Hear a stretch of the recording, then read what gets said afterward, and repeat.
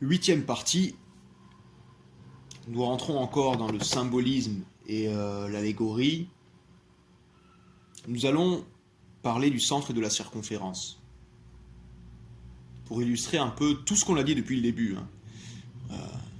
Donc ce chapitre s'appelle, le début de ce chapitre du moins s'appelle la clé du centre et de la circonférence.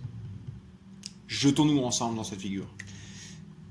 Le vice donne de l'importance et centralise même le fini, le passager, le transitoire, le personnel, ou la circonférence.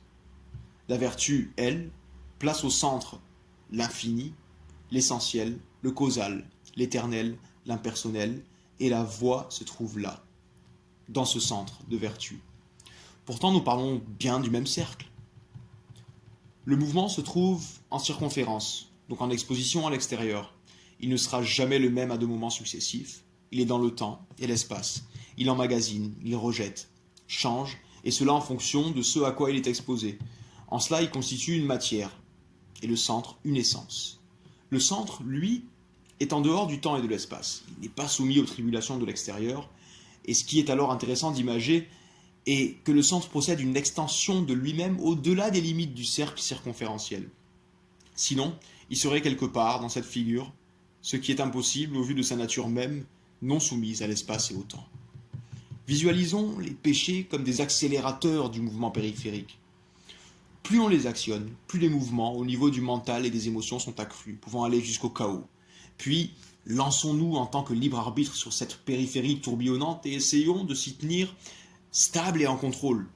Évidemment, cela nous apparaît bien aisément impossible. Mais rien n'est pour autant perdu. Nous savons que le centre, la voie, est stable, égal à lui-même, et surtout positif, actif, comme le noyau d'une cellule vivante. Voilà, la lumière nous éclaire maintenant sur un important principe. Le centre est actif, ce qui veut dire que la périphérie est réceptive, négative et conséquente. Mais comment entendre l'influx de la voix? Comment percevoir le chemin au milieu de tout ce bruit, de tout ce chaos de mouvements? Utilisons le principe de la polarité. Si l'un est positif, stable, central et actif, et que nous nous trouvons en périphérie emportés par les courants négatifs pour avoir un aperçu de ce que serait le centre, voyons de quoi est faite la périphérie. Nous le remarquons sans peine, la périphérie est faite de tout ce que le centre n'est pas. N'oublions pas que le magnétisme de ce mécanisme symbolique repose sur l'interaction de forces opposées, bien que complémentaires. Si la périphérie est instable, le centre est stable. Si la périphérie est finie, mortelle, le centre est infini, immortel. Si la périphérie est réactive, réceptive, négative, le centre est actif, positif, et ne l'oublions pas, étend son reflet ou sa propre image jusqu'au-delà des limites du cercle de la périphérie. Le centre donne une direction, et la direction que la périphérie prendra, comme si le centre était le mouvement directeur d'une cuillère, qui pousserait la soupe entière à épouser le mouvement essentiel et primordial. Du mouvement du liquide au mouvement giratoire de la cuillère et de la main qui la tient, il y aura des mouvements physiques en harmonie les uns avec les autres, des causes et des effets, mais la pensée qui est à la base du mouvement physique, elle, le centre, n'a aucunement un référentiel spatio-temporel. Elle n'est pas physique et n'est pas elle-même en mouvement physique.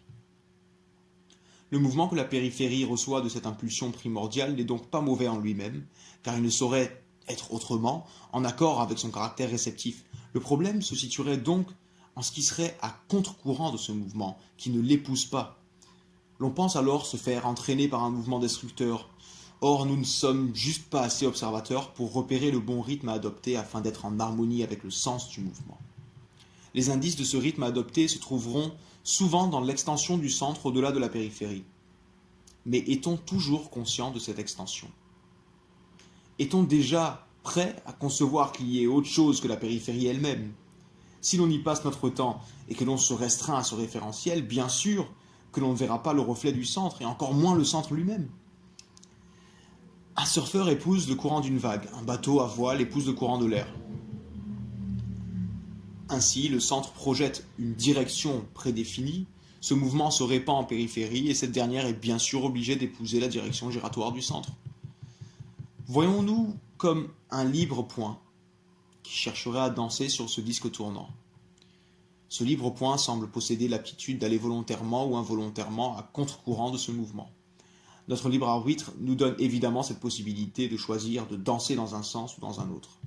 Et puis en effectuant des pas de danse variés, ça et là, tantôt rapides, tantôt lents, quelquefois anarchiques, voire violents, d'autres fois doux et harmonieux, on commence à se familiariser avec le rythme de la plateforme sur laquelle l'on se tient. Un danseur suit un rythme et ne peut faire autrement que de suivre ce rythme, l'imiter, l'écouter attentivement pour graduellement se laisser porter par lui et se sentir instrument. Ses pas se faisant de moins en moins forcés et de plus en plus intuitifs et inspirés, il finit par remarquer qu'il ne se qualifie de danseur que lorsque ses mouvements se perdent dans le rythme de la plateforme, s'abandonnant à sa mélodie et à son influx, et que son contrôle se fait de moins en moins tendu et crispé. Ainsi, il s'adonne à ce qu'il est, danseur, mais au fond, à ce qui n'est pas lui, mais qui est immuable, éternel et qui constitue les fondements de la fonction du danseur qu'il est, le rythme et l'harmonie. Nous sommes donc le danseur, libre d'effectuer les pas que l'on désire, en leur donnant le timbre que l'on veut, en leur apportant de notre personnalité, les rendant ainsi propres à nous-mêmes et marqués de notre être profond. Mais le rythme sur lequel on danse doit être d'abord intégré, et bien souvent, nous nous rendons compte que nos pas ne suivent pas ce rythme, que l'on est depuis longtemps hors tempo. Certains sont chanteurs, et se rendent eux aussi compte qu'ils ne chantent pas toujours sur la bonne gamme, qu'ils rompent l'harmonie. Et pourtant, cette harmonie et ce rythme ne dépendent ni des danseurs, ni des chanteurs. Le tempo et la gamme sont donnés. Libre à nous d'en faire ce que l'on veut, à condition que ces bases soient respectées et que l'on ne chante pas faux ou ne danse pas à contre-rythme. Chanteurs, danseurs, nous avons toujours eu les yeux fixés sur la plateforme, afin de la connaître, de la maîtriser et d'y ajuster nos œuvres. Puis le rythme et l'harmonie intégrés, nous avons pu fermer les yeux et incarner ce que l'on est à travers ce qui a toujours été, sans fixer la plateforme, intuitivement, de la voix intérieure, de la voix du centre. Levons maintenant les yeux. Voyez-vous ce reflet de la plateforme qui s'étend au-dessus de nos têtes depuis le centre? L'on ne peut voir cette extension que si l'on a maîtrisé la plateforme en périphérie, et que l'on n'a plus à s'y concentrer exclusivement. Et alors, les yeux levés vers le ciel, d'un pas rythmé et d'une mélodie harmonieuse, nous pouvons contempler la stabilité, l'expression du centre, et débuter un voyage vertical vers cette nouvelle plateforme stable, où les pas de danse ne seront plus d'aucune utilité, et sur laquelle l'on pourra tranquillement cheminer vers sa source, le centre infini et unique, éternel et essentiel. Le prochain chapitre s'appellera La nécessité et l'évidence, accepter d'être au centre. Merci.